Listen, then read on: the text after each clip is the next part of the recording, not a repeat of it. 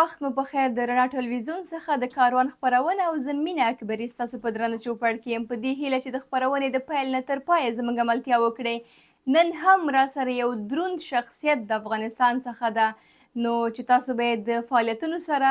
د کړنو سره او د څیرې سره به آشنا یې. زه به تاسو ډېر انتظار نه پرېږدم. زموږ سره نن په خپرونه کې د هلمند ولایت څخه ښاغلی محمد هاشم الکوزی د مشرانو جرګې پخوانی سناتور. سلامونه الکوزی سي، وخت مو بخیر. وعلیکم سلام مینه جان، ډیره مننه، خیر اوسې، خوشحاله اوسې. ډیره مننه چې وخت مو راکړو الکوزی صاحب. زه به خپله پوښتنه داسې پیل کړم چې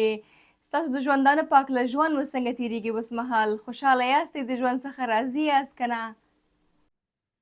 بسم الله الرحمن الرحیم. تر هر څه مخکې اکبري صاحب تاسو ته او ستاسو د تلویزیون ټولو همکارانو ته او د افغانستان شریف او مجاهد ولس ته، که په داخل د افغانستان کې دي او که بهر په نورو هیوادونو کې مسافر او مهاجر دي، ورونو او خویندو ته ستاسو د تلویزیون د لارې سلامونه او نیکي دي وایم. الحمدلله د الله جل جلاله څخه راضي یم، د خپل ژوند څخه، د خپل ژوند د چارو څخه، د خپل روغ صحت چې الله جل جلاله راکړی دی او د خپل ژوند د ټولو چارو څخه ډیر ډیر راضي یم. او الله پاک دې نشي راسره ناراضه، زموږ عملونه دونې نه دي لکه الله جل جلاله چې پر موږ باندې فضل او کرم کړی دی. که راشو دې ته چې دغه توپیر په جمهوریت کې ژوند مو ښکلی تېرېده، هغه هر څه سم ول که اوس مهال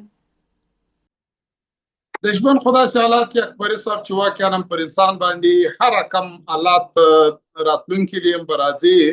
هم به سخت حالات په راځي، هم به ښه حالات په راځي. او دا د الله جل جلاله په خپلو بندګانو باندې انتقامات او تجربې دي چې ته ودرېږه په ښه حال کې. اکبري صاحب څه چم کوي او خدای مو کوي، یا په مریضۍ کې یا په سختۍ کې یا د اقتصاد یا په نورو مشکلاتو کې اکبري صاحب یا څه وایي، نو هغه سړی برنده او کامیاب دی چې په هر حالات کې الله جل جلاله ته شکر ووایه، چې بس حمد یې ووایه چې یاره الله شکر دی. نو په ژوند کې خامخا هر رقم حالات راځي، بالخصوصا په خپل ګران هېواد کې چې سړی وسیږي او د خپل ملت سره، د خپل ولس سره چې هغو تا ته مینه درکړې ده، هغو تا ته د الله په فضل و کرم سره عزت درکړی دی، مقام یې درکړی دی، نو باید سړی خپل هغو ژمنو ته چې د خپل ملت سره یې کړي دي، د خپل ولس سره یې کړي دي او د خاورې سره د ملت سره یې کومه مینه او محبت، هغه باید په هر حالات کې د خپل وطن او د خپل هېوادوالو سره باید اوسي. هم سختۍ ته باید ځان ورکړي، باید خوشحالي، خو نو هغه د چې ته پوهېږې خوشحالۍ ته خوار سړی ځان ټینګوي او دا سختۍ څه مشکلات یې ستونزې. خو جمهوریت او امارات پر ما باندې خاص کم دغه توپیر په دې نه دی کړی چې په جمهوریت کې پر ما ډېرې سختې راغلي دي او ډېر سخت حالاتونه را باندې راغلي دي، ډېر ستړیاوې او ضغطونه او زحمتونه را باندې راغلي دي، خو الله جل جلاله بس را باندې تېر کړي دي، تېرېدل لري. اوس په امارات کې هم انسان دی، پر انسان باندې به هم سخت راځي، هم په ښه حالات راځي، بس الله ته به شکر وایو، بس تېرېږي. دغه د شکر ځای دی چې الله جل جلاله خپل پر بنده هم ښه حال تېروي، هم سخت حالات تېروي. بالکل همداسې ده. نو که راشو دې ته، ځکه چې تاسو یو تجار هم یاستئ، که خپل د تجارت په هکله باندې ووایاستئ په کومه برخه کې خپل تجارت هم پیل کړی ده او اوس مهال روان ده، او کومه برخه کې تاسو غواړئ په راتلونکي کې خپل تجارت ته دوام ورکړئ؟ ډیره مهمه خبره ده. تجارت خو واقعا هم سنت طریقه ده، هر مسلمان، هر افغان، هر هغه څوک چې هر ځای کې باید ځان بې تجارت نه کړي. او تجارت چې دی یو اسانتیا ده او د خپل ملت سره او د خپل د ژوند د چارو لپاره تجارت یو اسانتیا ده. او هیڅوک دا فکر نه کوي چې نو زه به داسې د خپل بنده په فکر سړی داری فکر ووي، کم دغه کار ته لاس کم او هغه دغه بندګي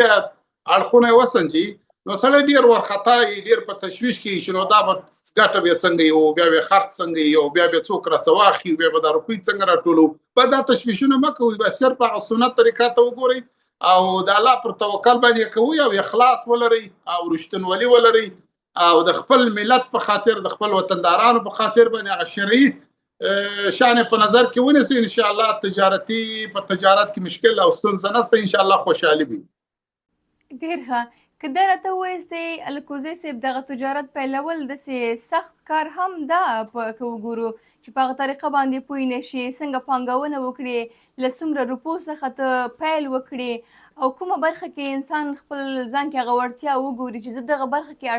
وړتیا لرم او کولی شم خپل تجارت بریالی مخکې ویسم. که تاسو خپل د تجارت څخه راته ووایستئ چې دغه کار مو چې کوم برخه کې مو پیلوو، لومړی مو څومره پانګونه وکړله او څوک در سره و په دې کې، چا در سره ملتیا وکړه؟ خبره خو دا د تجارت خو داسې دی چې زه تقریبا 29 کاله مخکې په زاړه امارات کې زما مشر ورور کابل ته راغلی و او په کابل کې د یو چا سره سودا کړې وه. نو بیا چې کله زه رالم هغه یې مځکې ورکړې، په دادي مزن کې یو ځای ورکړې وه او په بیمارو کې یو ځای ورکړې وه، په وزیر اکبر خان کې یو ځایونه ورکړي وه. دا زما ورور ډېر وارخطا او په تشویش کې وایي نو زه په کابل کې مځکه څه کوم او دې سړي ماته دا مځکه راکړه په دغو روپو کې. هغه وخت کې تقریبا 1,00,000 کالدارې وې، 3 ځایه پکې ورکړي وې. دا ماته وویل چې په هر رقم کېږي دغه باید موږ د نیوانو خو باید روپۍ راکړي. خو بیا ما ورته وویل مال پروا نه کوي، دا دې پرتې په دې سر مه ګرځوه او دغه مځکې مو دغسې پرېښولې. کله چې جمهوریت رالی دا مځکې ورځ په ورځ ګرانېدلې او مثال بیا اوس تر هغه لا ګرانې شوي دي. نو هغه یو ځاګي هغه یو 3 ځایه وه، هغه یو ځاګي دغه زما د ورور تقریبا 500 غونې پیسې جوړې کړلې او لکه د چې پر ورکړي وي یو ځای نور 2 ځایه له هلته پرېږده. نو تجارت واقعا هم چې څه اوله پله ورخطایي لري، بیا چې کله دغې نو حتمي ګټه او خیر پکښې کېدي. بیا ما یو وخت یو څوک ما ته رالی 15-14 کاله مخکې ول، تراسه داسې دغه د کود و انبار او د دې شیانو او د تیلو یو تجارت شروع کړو. ما زه خو یعنې دغه خارج ته تګ و راتګ بیا و چې کار ما ته پرېږده، بس پیسې راکوي خلاص مال بیخي صحیح. نو بیا مې لږ پیسې ورسره شریکې کړلې. په یو کال کې چې کله روژه رالی حساب مو وکړو، یا پیسې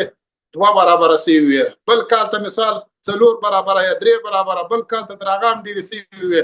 نو ور په ور دا پیسې ډېرېدلې واقعا هم چې نو بیا بل تجارت ورسره یو ځای کړي. نو بس تجارت چې دی بس تعالی پر توکل باندې چې رښتینولي پکښې کړي او درواغ نه یې پکښې کړي او مسلمان سره خطا ایستل نه یې پکښې کړي، بس الله برکت پکښې اچي. را به شو دې ته لکوزی صاحب چې تاسو پخوا په مشرانو جرګې کې یو سناتور وئ، که دغه وخت نه راته داسې لنډه کیسه وکړې څنګه مو مشرانو جرګې ته لاره پیدا کړله او آیا له خپل پوسټ څخه راضي وئ؟ خبره خو دا ده، یو وخت ما یو چا ته ویله، ما ویل په کوچنیوالي پخوا به دغه بزګر چې به سړي ودروه نو باره به دا غنم چې به یې ورېبل باره به دا د ترېشل شپه وه. نو بیا به دا د سرخیل زامن او د کلي خلک به هم راټولول، اشر به کوه ترېشل. ما دوی ته ویل مال د ترېشل دا یوه شپه او د سیاست هره ثانیه هره دقیقه هر ساعت شپه او ورځ همدغه ترېشل هم سخت دی. هغه څوک چې د ملت غم ورسره وي، د ولس غم ورسره وي او د کار اراده او عقیده ورسره وي، نو واقعا هم سیاست ډېر زور غوښتی. او زما سیاست ته راتګ هم په دې خاطر و چې د هغه چا په وړاندې و چې هغو موږ دې ته مجبور کړو چې خپل د تجارتي کاروبار په خاطر د مشکلاتو او ستونزو په خاطر به موږ مسؤلینو ته مراجعه کول. هغو به موږ ته در هر څه مخکې د رشوت پیشنهاد کوه. اول بیا راته ویل چې دغو روپۍ را ما مخکې درته وویل مال سیاست ته زما راتګ یوازې همدغو مسؤلینو په خاطر زه سیاست ته رالم چې کله به موږ د خپل تجارتي کاروبار په خاطر د دوی مقام ته مراجعه کول او دوی به موږ ته اول د رشوت غوښتنه به موږ ته کول. یعنې زما سیاست ته راتګ هم په دې خاطر باندې و چې موږ خپل آزاد او حلال تجارت ته نه پرېښولو. نو په دې خاطر باندې سیاست ته رالم او بیا مې د الله جل جلاله سره دا وعده وکړه چې زه به د ملت خدمت او د مظلومانو خدمت په خاص د الله په خاطر کوم او زه به رشوت او قومي او ولایتي او دا شیان به په نظر کې نه نیسم. نو د افغانستان ملت او د افغانستان ولس چې دا د دلې په افغانستان کې د زما خبرې شاید اوري، ډېرو خلکو ما ته په وخت کې د مقام د رشوت غوښتنه یې راڅخه کړې وه او د رشوت دغه یې راته کړې وه. خو ما دا خبر ورته تکراروه چې ما د الله سره وعده کړې او زه عمرې ته ولاړم، د الله په کور کې مې دا وعده وکړه چې زه به د مظلومه سره زه به د هغه چا څه چې په ما یې کار باندې او زه به د هغه څه رشوت نه اخلم او زما خدمت به یوازې د الله په خاطر وي. نو بس دغه 8 کاله یا 9 کاله چې زه په سیاست کې وم، د افغانستان ټول ملت او د افغانستان ټول ولس چې دلته په افغانستان کې دی یا په بهر کې دی، نو الحمدلله د دوی خدمت مې خپل د توان مطابق چې په ما پسې اړه درلودل هغه مې د الله د رضا په خاطر او د خپل ملت ته مشکلاتو او ستونزو د حلیدلو په خاطر مې دوی ته خدمت کړی. صحیح. الکوزی صاحب هغه څنګه وي چې وایي په هره برخه کې چې څوک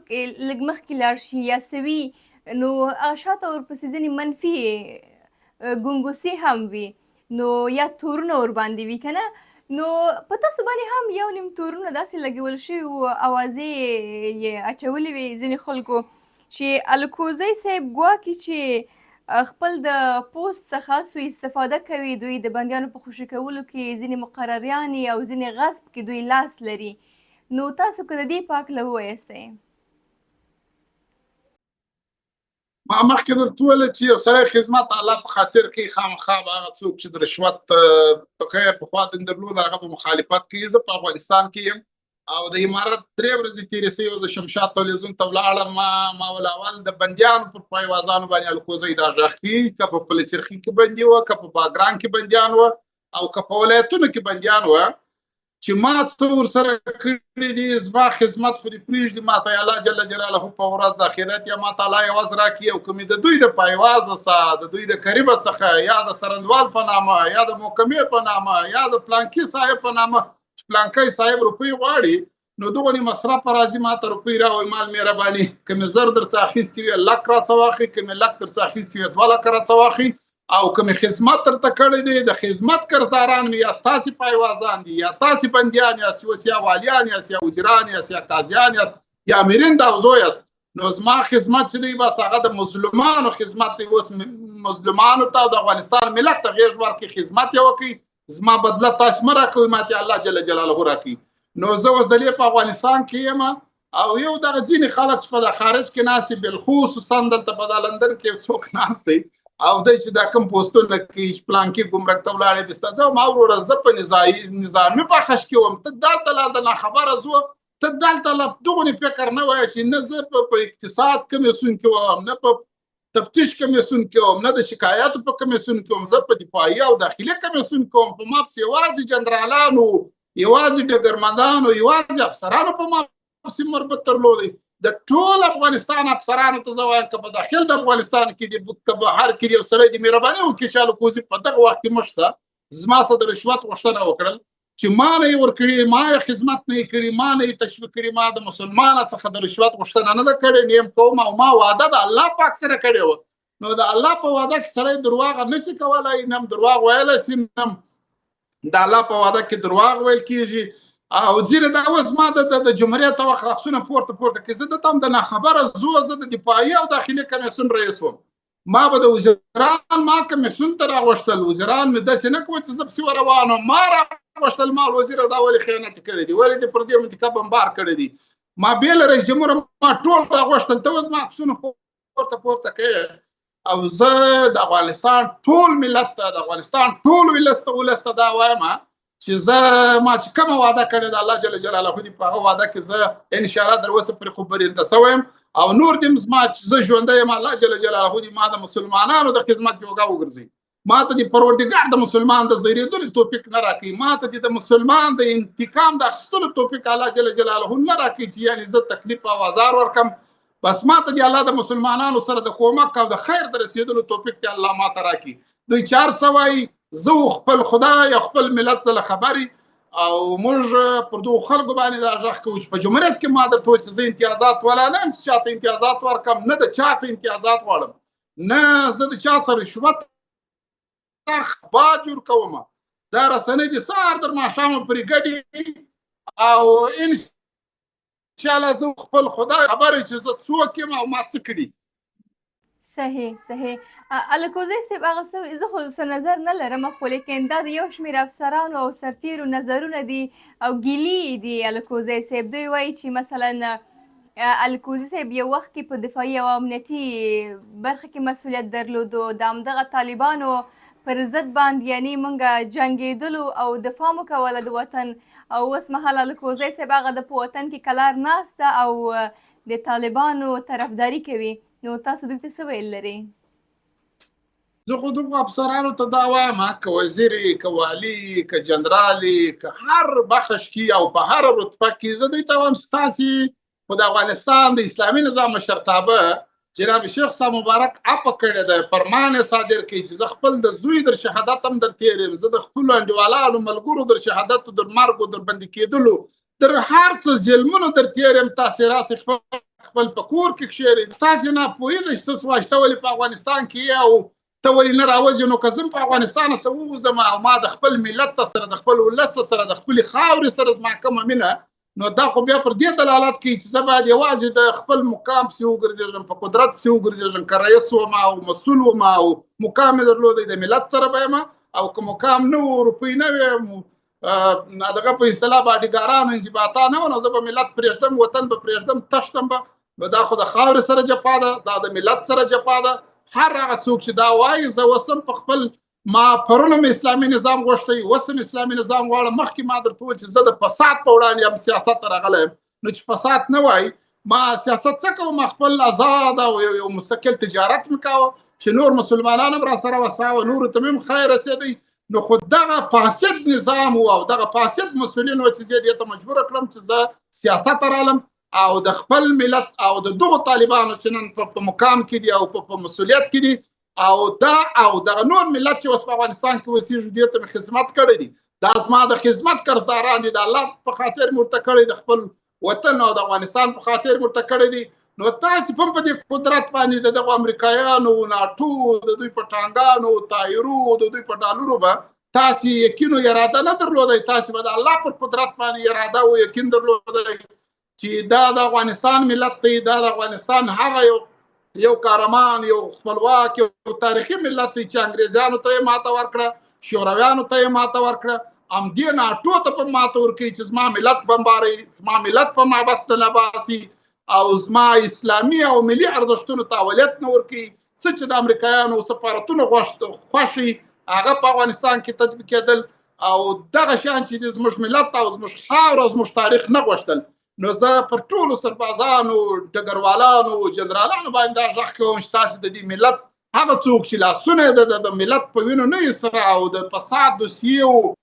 هغه در اوج نه رسېدلي هغو ته زه دا وایم چې تاسو پرون هم رښتوني واست نن هم رښتوني یاست نن هم زه ستاسو په خدمت کې یم پرون هم په خدمت کې یم هر ځای چې یاست الله پاک مل څه و خو بیا دوی دغه دوی اصلي ګیله دغه د الکوزی سي وایي موږ یو وخت د دوی په مقابل کې جنګېدلو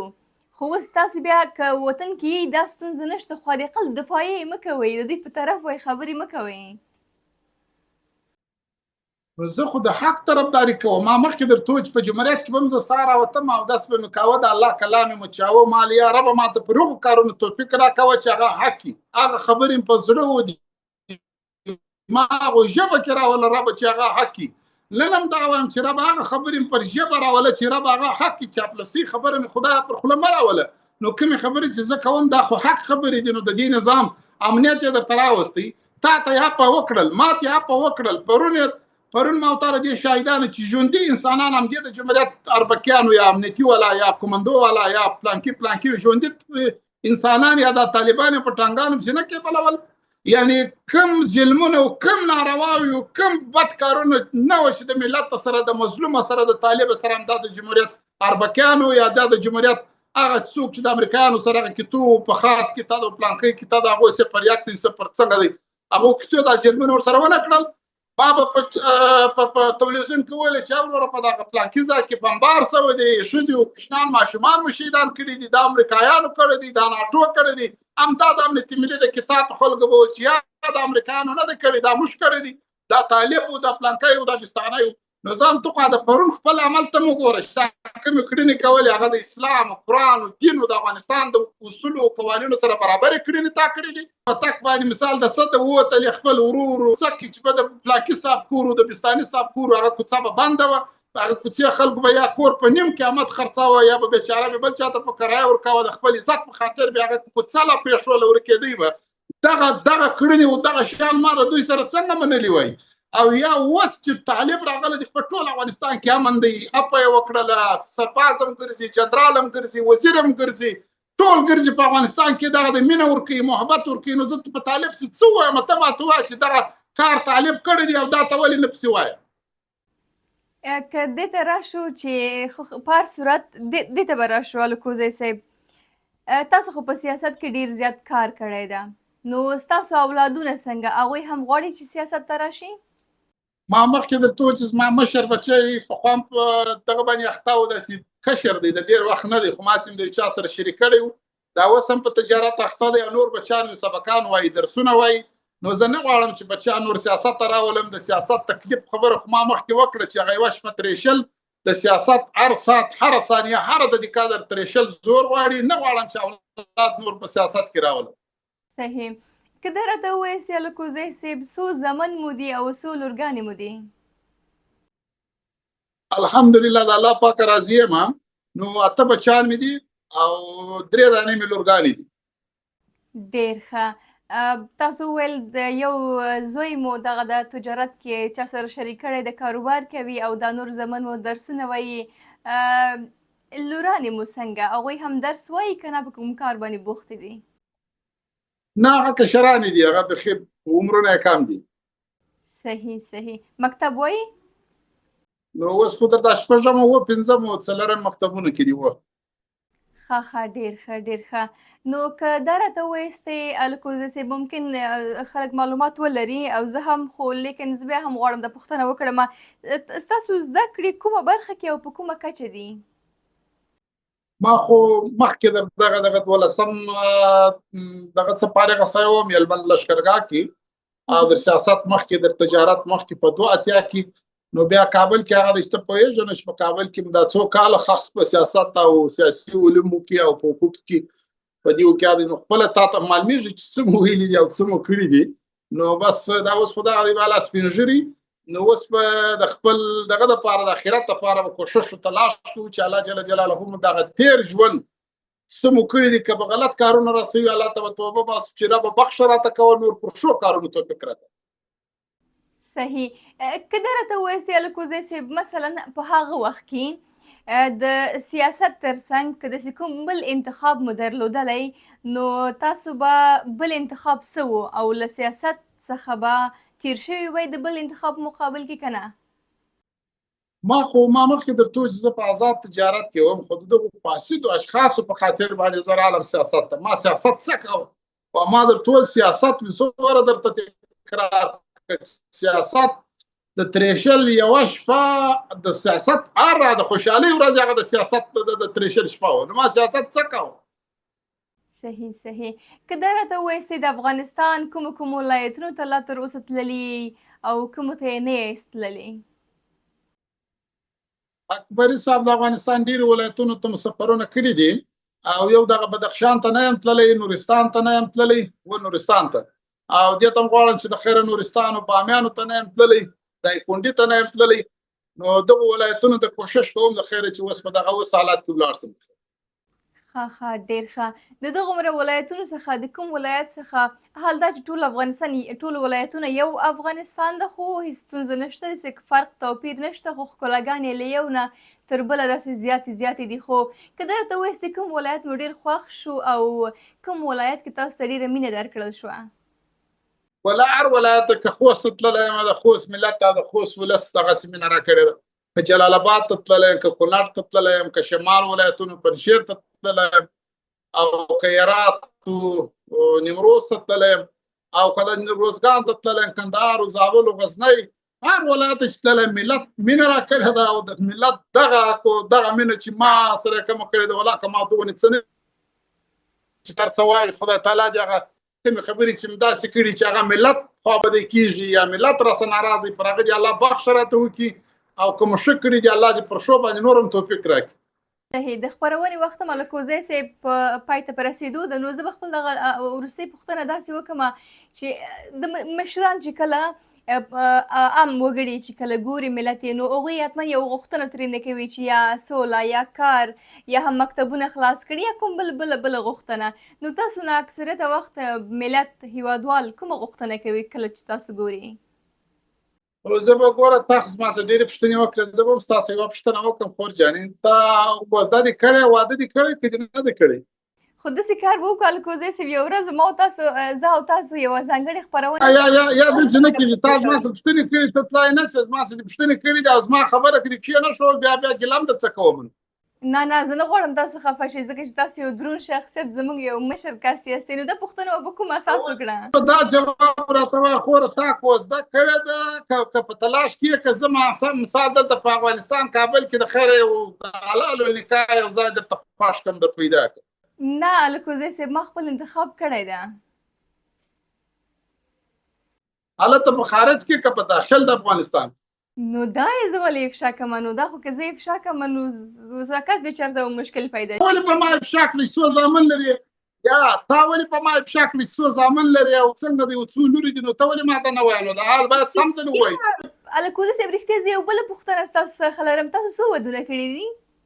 او ما ته ول ته ګوره ته ماته د یوه واده په حال روښانه نه وایې او ته ماته د نورو ودونو پوښتنې لا هم کوې دا خو ښه کار نه دی خور خو سمه ده خبره وکړه ته به اول ماته وایه څوک دې خوښ کړي هزاره دې خوښ کړي ازبک دې خوښ کړي تاجک دې خوښ کړي پښتون دې خوښ کړي څوک دې خوښ کړي خوره زه خو وایم چې ټول که پښتون تاجکي هزاره وي ټول زموږ هیوادوال دي خو مشکل نشته خو خبر ده چې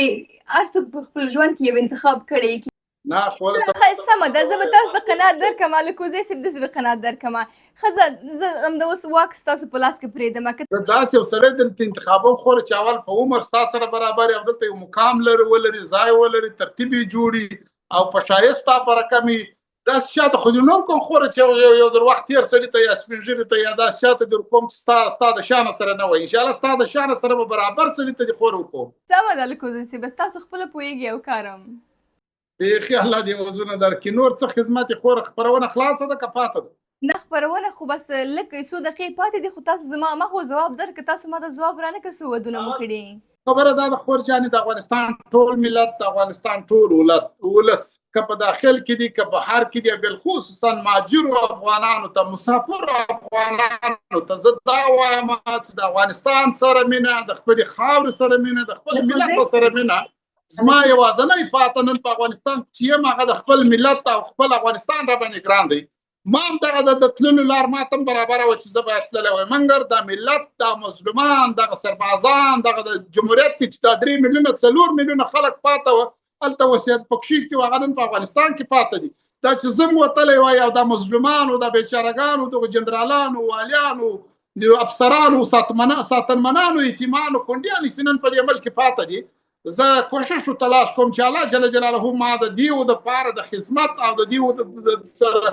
د کومک او د دیو سره د همکارۍ د پاره ما الله جل جلاله د دوی ثواب وګرځي او زه ټولو ته دا وایم چې یو ور بیا غږ پر کوم د افغانستان د اسلامي امارات د تماس ته کمیسیون د لارې غږ پر کوم چې راسئ د افغانستان دروازې تاسو ته خلاصې دي که جنرالان یاست که والیان یاست که وزیران یاست که د سیاسي پوست خاوندان یاست که افسران یاست که خویندې یاست که ورونه یاست تاسې راسئ د خاورې ته راسئ وطن ته راسئ د طالب غېږ او زما غېږ تاسو ته خلاصه ده او د طالب په نمایندګۍ زه تاسو ته وایم چې راځئ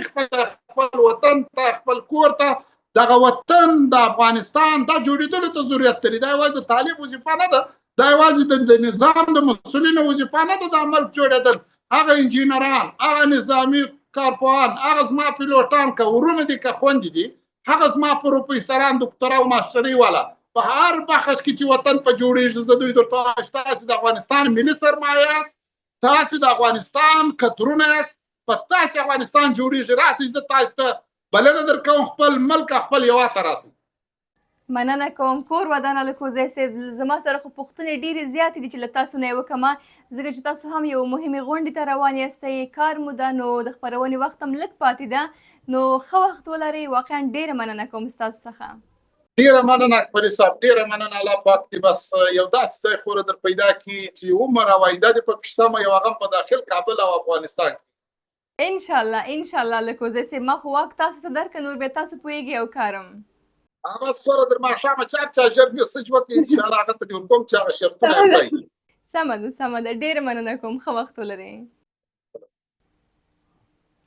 درنو او قدرمندو لیدونکو ستاسو څخه هم نړۍ مننه کوم چې د خپرونې تر دې دمه مو زموږ ملتیا وکړه کوم خپرونه پر ټلویزیون باندې پوره نه وي کتلې تاسو کولی شئ د رڼا ټلویزیون پر یوټیوب چینل باندې د پوره خپرونه وګورئ تر بیا بلې خپرونې ښه وخت ښې چارې